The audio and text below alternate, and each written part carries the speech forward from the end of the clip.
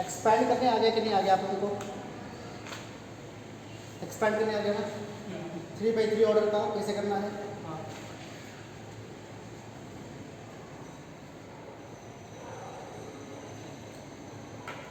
चलिए हेडिंग डाल दीजिए, properties of determinants. Properties of determinants.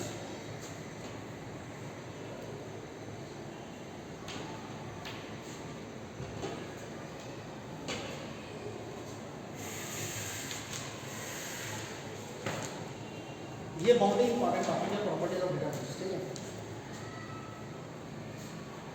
अच्छे से समझना है। लिखिए उसको पहला लाइन लिखिए, वैल्यू ऑफ डिटरमिनेंट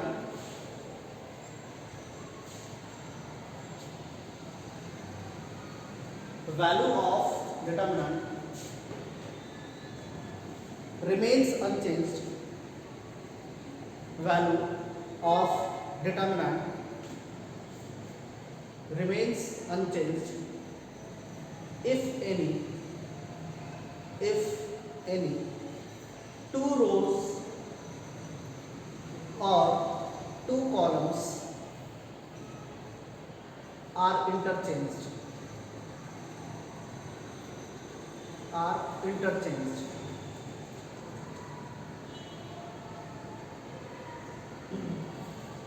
ठीक है? डिटर्मिनेंट का जो वैल्यू है, अगर कोई भी दो रो या कोई भी दो कॉलम को आप इंटरचेंज करते हैं, मतलब कि अगर हमारे पास डिटर्मिनेंट है, देखिए अगर ऐसा कुछ है 1 2 3 4 5 6, ये डिटर्मिनेंट है कि नहीं है? जो हॉरिजॉन्टल लाइन होते हैं उसको हम क्या कहते हैं? रोज कहते हैं, और जो वर्टिकल लाइन होते हैं क्या होते हैं? तो अगर आप चाहते हैं किसी दो रो को एक्सचेंज करना, इंटरचेंज करना है, किसी दो कॉलम को इंटरचेंज करना, तो डिटरमिनेंट का जो वैल्यू है ना वो चेंज नहीं होगा। समझा ना? सिर्फ साइन चेंज हो जाएगा। क्या हो जाएगा? सिर्फ साइन चेंज। अगर मान लीजिए इस डिटरमिनेंट को हम सॉल्व करते हैं और 10 निकल कर आता है, वैसे निकल कर जो आएगा वो 0 निकल कर आएगा। डिटरमिनेंट का जो निकल कर आएगा 0 निकल कर आएगा। फिर मान लेते हैं कुछ अलग वैल्यू, यहाँ पर कुछ और मान लेते हैं, मान लेते हैं, ठीक है? अब इसमें कुछ ना कुछ वैल्यू होगा इसका डिटरमिनेंट। तो अगर हम R1 और R2 को चेंज कर देते हैं, इंटरचेंज मतलब इसको यहाँ शिफ्ट करते हैं, इसको यहाँ शिफ्ट कर देते हैं, तो वैल्यू तो वही रहेगी, सिर्फ एक माइनस साइन हो जाएगा। क्या लगेगा? माइनस। दो बार एक्सचेंज किया तो दो बार माइनस, मतलब फिर से वही वाला आ जाएगा। कर देखिए, अगर यहाँ पर हम लिख देते हैं, इसको ऊपर लिख देते हैं 4 5 6 1 2 3 और 7 8 2 ले लीजिए। अब दोनों को सॉल्व करते देखते हैं क्या होता है, ठीक है? इसको अगर एक्सपैंड कर रहे हैं तो 1 हो जाएगा क्या? अब 1 को लिया तो ये वाला बंद और ये वाला बंद, 5 2 जा 6 8 जा, ऐसे ही तो होता है, प्लस माइनस प्लस। तो अब यहाँ पर क्या होगा? -2। अब 2 को लिया तो ये सेकंड कॉलम बंद और फर्स्ट को बंद, तो 4 2 जा 8 -7 6 जा, क्लियर है? प्लस माइनस फिर प्लस यहाँ पर। अब यहाँ पर क्या हो जाएगा? 3। अब इसको लिया तो 4 8 जा 32 -7 5 जा 35। ये वाला पार्ट क्लियर है? सॉल्व करें इसको। 10 -48 -38 कितना हो जाएगा? इसको यहाँ लिख देते हैं -38। 8 -42 कितना हो जाएगा? 42 में से 8 को माइनस करें कितना हो जाएगा? 36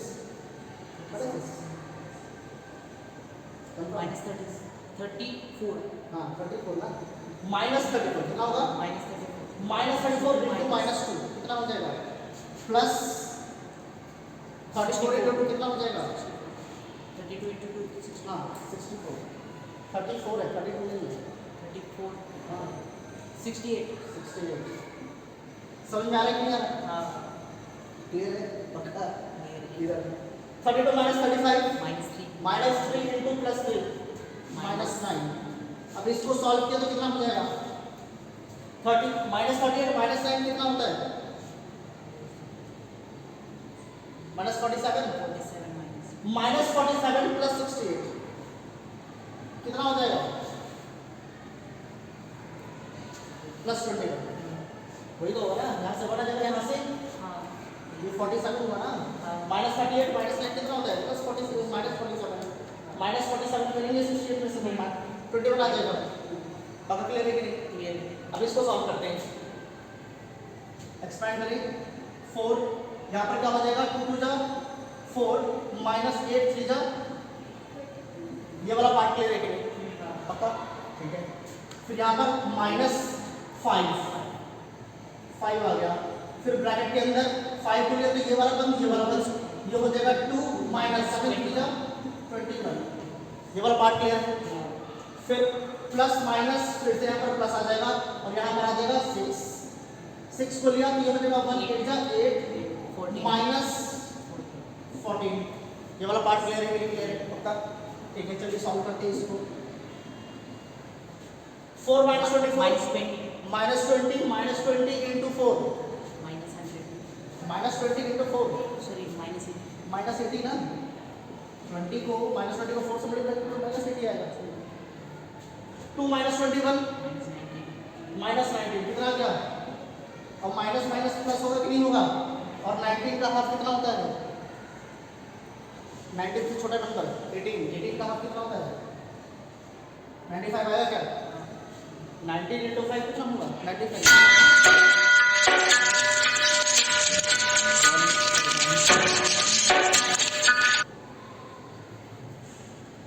फिजिक्स वाले सर, फिजिक्स क्लास अभी नहीं हो रहा ना, अभी तो होता था फिजिक्स वाला। ठीक है,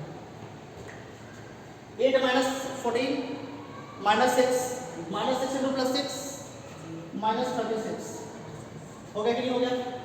अब माइनस 80 माइनस 36 कितना हो जाएगा बताइए? माइनस 80 माइनस 20 माइनस 100 होगा, माइनस 100 माइनस 60 माइनस 116, यहाँ पर क्या है? प्लस 95। यहाँ से कितना आंसर आ गया बताइए? 6 माइनस 5 11 माइनस 9, यहाँ पर क्या निकल कर आएगा और यहाँ क्या निकल कर आ गया? इससे क्या पता चलता है कि अगर हम रो और कॉलम को अगर इंटरचेंज कर रहे हैं, क्या कर रहे हैं? इंटरचेंज, तो वैल्यू तो वही रहेगी लेकिन सिर्फ माइनस साइन लग जाता है। एक बार एक्सचेंज किया, एक बार इंटरचेंज किया, एक बार माइनस, 2 बार एक्सचेंज किया तो 2 बार माइनस लग जाएगा, फिर से वही निकल कर आ जाएगा। अब जैसे कि हमने इसको एक्सचेंज किया, ये वाला यहाँ पर आ गया क्या? अब फिर से इसको और इसको एक्सचेंज करना होता तो इसको ऊपर भेज देते और ये वाला वो नीचे आ जाता, तो फिर से यहाँ पर प्लस 21 आ जाता। ऐसे नहीं करेंगे कि डायरेक्ट पहले वाले को तीसरे से कर दिया, ऐसे नहीं, एडजेसेंट होना चाहिए। क्या होना चाहिए? मतलब इसका हम इसके साथ ही कर सकते हैं, इसका इसके साथ ही कर सकते हैं। इसको उठा के होगा तो यहाँ पर नहीं भेज सकते, तो इसको अगर यहाँ पर भेजना है बिल्कुल भेज सकते हैं। पहले इसको एक्सचेंज करना पड़ेगा, इंटरचेंज, फिर इसको इंटरचेंज करना पड़ेगा, तब जाकर निकल कर आएगा। तो समझ में आया कि नहीं आप लोगों को? ऐसा नहीं कि बस रो के लिए है, कॉलम भी आप इंटरचेंज कर सकते हैं। ये पहला कॉलम है, इसको दूसरे कॉलम से इंटरचेंज कर लीजिए, फिर भी आंसर सेम ही आएगा, सिर्फ माइनस साइन आ जाएगा। पक्का? चलिए कॉपी कर लीजिए। तो आप लोगों को दिख रहा है ना कैमरे की वजह से डिस्टर्बेंस तो नहीं हो रहा? बुक में ये 2 अलग अलग प्रॉपर्टी दे रखा है। पहला प्रॉपर्टी दे रखा है कि अगर इंटरचेंज करते हैं तो वैल्यू वही रहेगी। दूसरे प्रॉपर्टी में दे रखा है अगर इंटरचेंज करते हैं तो साइन चेंज करना पड़ेगा। हमने एक ही प्रॉपर्टी में दोनों ही कर लिया है, बस प्रॉपर्टी याद रखिए कि ऐसा होता है। सर 2 बार माइनस साइन लगेगा मतलब कैसा होगा? 2 बार माइनस लगेगा तो फिर से एक माइनस लगेगा तो प्लस 21 हो जाएगा। हाँ, वही करेंगे। ठीक है, नेक्स्ट प्रॉपर्टी लिखिए आप लोग। इफ एनी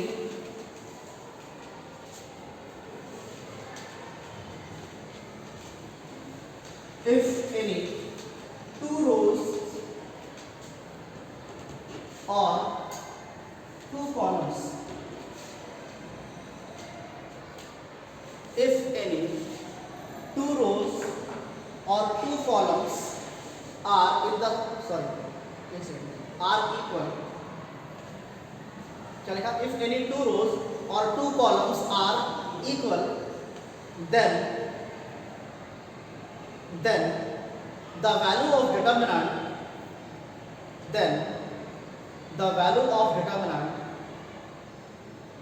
is always 0,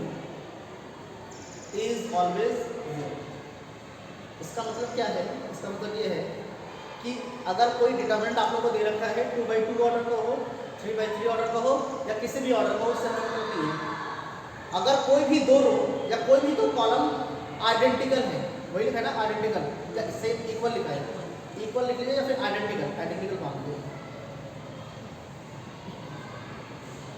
ठीक है, आइडेंटिकल भी सेम है। तो अगर आइडेंटिकल है तो उसका डिटरमिनेंट 0 हो जाता है। आपको आगे सॉल्व करने की जरूरत ही नहीं है, सीधा लिखेंगे कि R1 and R2 are identical, या मान लीजिए कॉलम 2 और कॉलम 3 आइडेंटिकल है, तो लिख देंगे column 2 and column 3 are identical, hence its determinant will be 0, उसका डिटरमिनेंट 0 होगा। अब एग्जांपल ले लेते कोई भी, कोई भी नंबर बोलिए, 1 2, यहाँ पर क्या ले लेते हैं 7, यहाँ पर क्या ले लेंगे, फिर से 1 2 7 ले लेते हैं, फिर यहाँ पर लेते हैं 3 2 4, ठीक है। R1 एंड R2 आइडेंटिकल है, इसका डिटरमिनेंट क्या आना चाहिए, 0 आना चाहिए। चलिए ट्राई करते हैं, R1 से एक्सपेंड कर ले, 1 ले लेते हैं, 1 को लिया, ये वाला मल्टीप्लाई हुआ 2 into 4 8 minus 7 का 14, ये वाला पार्ट क्लियर है, प्लस माइनस, फिर यहाँ पर क्या है 2 ले लिया, यहाँ पर ये वाला बंद और ये वाला बंद, 1 into 4 4 minus 3 7 का 21, क्लियर है, बहुत बढ़िया। इसके बाद क्या आ जाएगा प्लस 7 को लिया तो 1 into 2 इसके बाद 6 माइनस 6, ये वाला part clear, 8 minus 14 minus 6 into 1 minus 6, ये क्लियर है। 4 minus 21 कितना हो जाएगा, माइनस 70, माइनस और माइनस प्लस 17 into 2 34 ना, ठीक है। 2 into minus 6 minus 4 minus 7 4 जा 28, यहाँ पर कितना हो जाएगा minus 28, clear clear, minus 28 minus 6 कितना हो जाएगा, माइनस 28 माइनस 6 माइनस 24 प्लस 34 0 हो गया, समझा रहे नहीं आ रहा। तो अगर कोई भी दो रो और कोई भी दो कॉलम अगर आइडेंटिकल है, इसका मतलब क्या है, हमेशा 0 ही आएगा।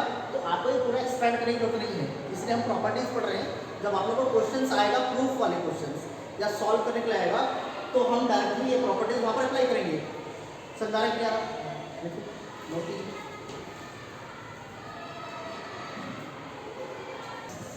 चलिए एक और प्रॉपर्टी ले लीजिए, सेम यही प्रॉपर्टी है, इसमें भी हम लिख सकते थे, ओके, ज़्यादा मिक्स हो जाएगा इसलिए अलग से लिखेंगे। देखिए, if any 2 rows or 2 columns,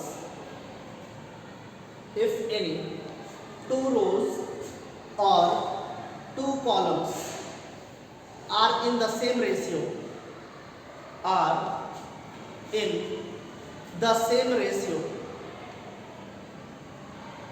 then the value of determinant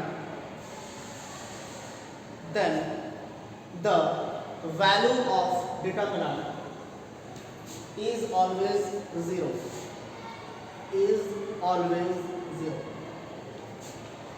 अब इसका मतलब क्या है, इसका मतलब ये है कि अगर कोई भी दो रो है या कोई भी दो कॉलम है सेम रेशियो में है,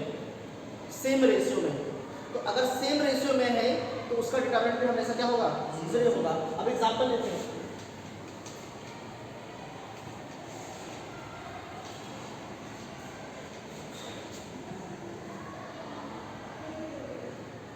जैसे यहाँ पर 1 2 3 ले लिया, और 1 का डबल क्या होता है 4 2 का डबल 6 4 6। तो ये जो पहला रो है और पहला रो और सेकंड रो सेम रेशियो में है, 1:2 रेशियो है कि नहीं, यहाँ पर भी 1:2 है, यहाँ पर भी 1:2 है। इसका मतलब कि इसमें से अगर हम 2 निकाल दें तो 1 2 3 ही आ जाएगा कि नहीं आ जाएगा, आ जाएगा क्या। तो जब भी अगर सेम रेशियो में है तो उसका डिटरमिनेंट हमेशा क्या होगा, 0 ही होगा। कैसे देखेंगे हम, 1 ले लिया तो 4 4 जा 16 माइनस 24, फिर माइनस साइन आएगा, यहाँ पर क्या हो जाएगा 2, तो 2 को लिया तो 2 4 जा 8 माइनस 3 6 जा 18, सर मैच है 24 की जगह 24 की जगह पर 12 1 लिया ना, अच्छा था 6 2 जा 12 ना, ठीक है। क्लियर है ना? क्लियर। और 2 को लिया तो ये वाला इससे मल्टीप्लाई होगा 8 और 6 लिया 18, ये हो जाएगा।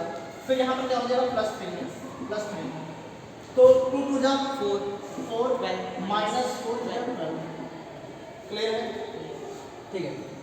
अब 16 माइनस 12 कितना होता है 4 4 इंटू 1 क्या हो जाएगा 4 ही तो होगा पक्का।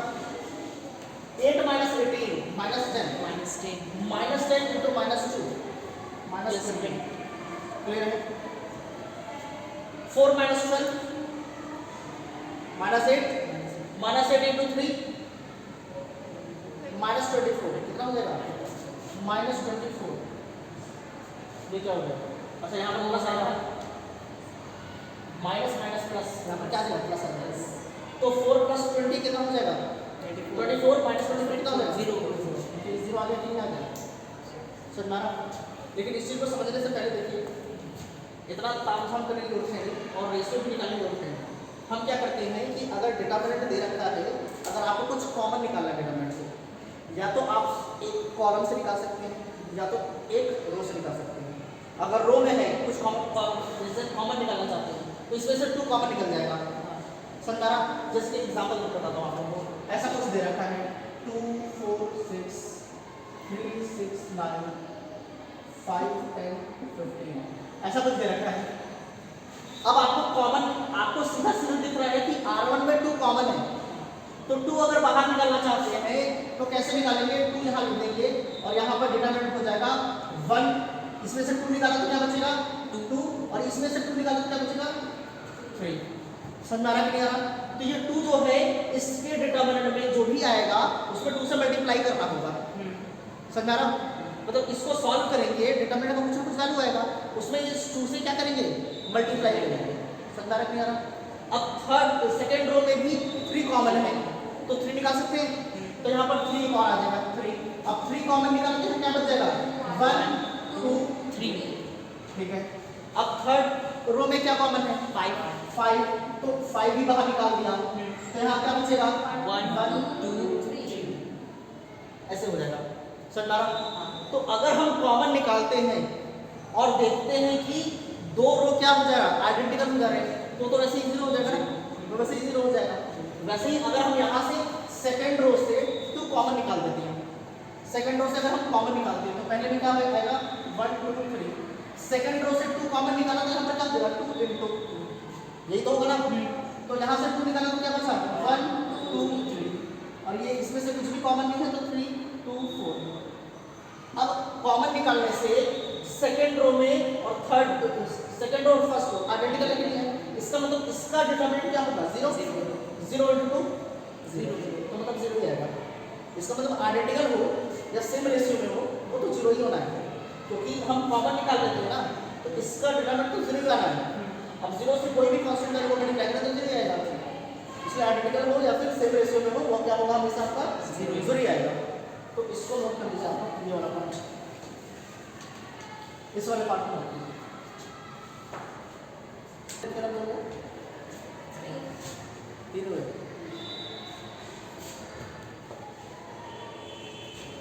लिखो next property, if each element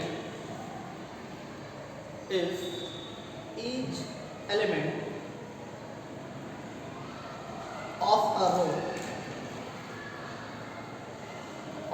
row or column is multiplied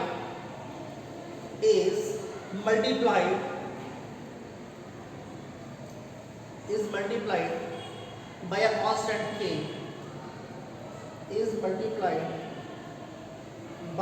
constant k, then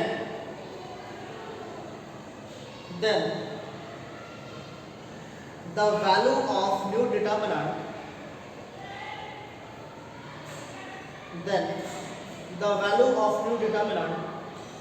is k times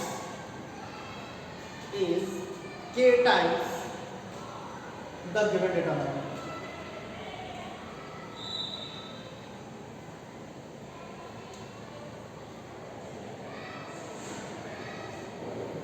इसका मतलब क्या है, लिख तो लिया, मतलब क्या है समझिए।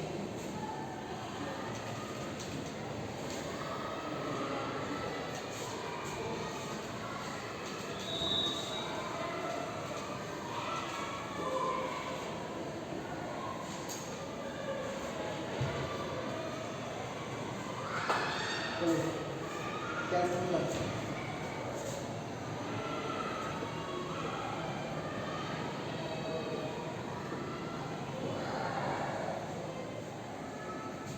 मान लीजिए कोई डिटरमिनेंट दे रखा है, ठीक है, किसी भी रो को या किसी भी कॉलम को आप कोई कांस्टेंट से मल्टीप्लाई करते हैं, किस कांस्टेंट से मल्टीप्लाई करना चाहते हैं, छोटा ही लीजिए ना क्योंकि बाद में आप ही को सॉल्व करना पड़ेगा तो आपके प्रॉब्लम हो जाएंगे। किस रो को, फर्स्ट रो को मल्टीप्लाई करें, सेकंड थर्ड, सेकंड को मल्टीप्लाई कर देते हैं, किससे मल्टीप्लाई करते हैं, 2 से, ठीक है। तो अगर इसको हम 2 से मल्टीप्लाई करते हैं, ये हो जाएगा 1 2 3, ये क्या हो जाएगा 6 4 4 1 2 9, ठीक है। इसके सेकंड रो में हमने किससे मल्टीप्लाई किया, 2 से। इसका मतलब ये है कि जब हम इसको सॉल्व करेंगे ना तो इसका जो डिटरमिनेंट निकल कर आएगा और इसका जो डिटरमिनेंट निकल कर आएगा, इसके डिटरमिनेंट में 2 से मल्टीप्लाई किया गया होगा, मतलब कि इसका अगर 4 आता है तो इसका 8 आएगा, समझ आ रहा, मतलब कि इसका जो भी डिटरमिनेंट निकल कर आएगा ना उस पर 2 से मल्टीप्लाई करेंगे तो उसके बराबर आ जाएगा। क्लियर है कि नहीं? क्या लिखा था आपने, if each element of a row if each element of a row or a column is multiplied by a constant 2, constant k, अब हमने 2 से मल्टीप्लाई कर दिया है तो जो इसका डिटरमिनेंट निकल कर आएगा वो होगा 2 टाइम्स k टाइम्स बोला है ना, इस k टाइम्स, तो ये इसका जो निकल कर आएगा वो होगा 2 times of the given determinant, मतलब इसका जो भी डिटरमिनेंट है इसका 2 टाइम्स होगा ये वाला, ठीक है। अगर ये 10 है तो 20 होना चाहिए। चलिए देखते हैं, ट्राई करते हैं, एक्सपेंड करें, 1 2 माइनस क्या हो जाएगा 4, क्लियर है, फिर हो जाएगा -2 को लिया तो ये 1 3 बन जा 3 माइनस 2, ठीक है, प्लस 3 को लिया तो 3 2 जा 6 माइनस 2, ये हो गया, ठीक हो गया, सॉल्व करें, 2 माइनस 4 माइनस 2 इंटू 1 माइनस 2, ये क्लियर है, 3 into minus 2 1 into minus 2 minus 2, 6 into 2 6 minus 2 4 3 जा 12, ये कितना हो जाएगा -4 प्लस 12 8 आ जाएगा क्या, उसका तो 16 आना चाहिए। चलिए देखते हैं, ट्राई करते हैं, 1 को लिया कितना हो जाएगा यहाँ पर 4 माइनस 8 हो जाएगा क्या, 4 माइनस 8 माइनस 2, अब 2 को लिया तो 6 इंटू 6 माइनस 1 इंटू 4, फिर क्या ले लेंगे प्लस 3 को लिया तो 6 2 जा 12 माइनस 4 1 जा 4, ये हो गया, 4 minus 8 minus 4 6 minus 4 2 into minus 2 minus 4 12 minus 4 8 3 जा प्लस 24, तो 24 में से माइनस 8 करेंगे तो कितना आ जाएगा 16 ही तो आएगा, बोलिए इसका ट्वाइस है कि नहीं है, ट्वाइस है। इसका मतलब कि अगर किसी रो को आप या किसी भी कॉलम को कोई एक कांस्टेंट वैल्यू से मल्टीप्लाई करते हैं 5, इसका मतलब कि अगर इसके रो में मल्टीप्लाई किया गया है तो इसका जो डिटरमिनेंट है उसके डिटरमिनेंट में 5 से मल्टीप्लाई किया गया है, अगर 10 से इसमें मल्टीप्लाई कर दिया तो इसके डिटरमिनेंट में 10 से मल्टीप्लाई कर देंगे। तो अगर ये बोला गया है कि इसका डिटरमिनेंट 8 है और बोला गया R1 में 10 से मल्टीप्लाई कर दिया गया तो उसका डिटरमिनेंट क्या होगा, तो आपको 10 से मल्टीप्लाई करेंगे तो पूरा थोड़ी पता करेंगे, तुरंत इसके डिटरमिनेंट में हमें पता है कि 8 है, इसमें 10 से मल्टीप्लाई कर देंगे 80, 80 आंसर है, पूरा मल्टीप्लाई नहीं करके सॉल्व करने जाएंगे, प्रॉपर्टीज यूज करेंगे वहाँ पर। समझ आ रहा कि नहीं आ रहा, पक्का? चलिए इसको नोट करिए, नोट है क्या, नोट करिए इसको, कर लीजिए।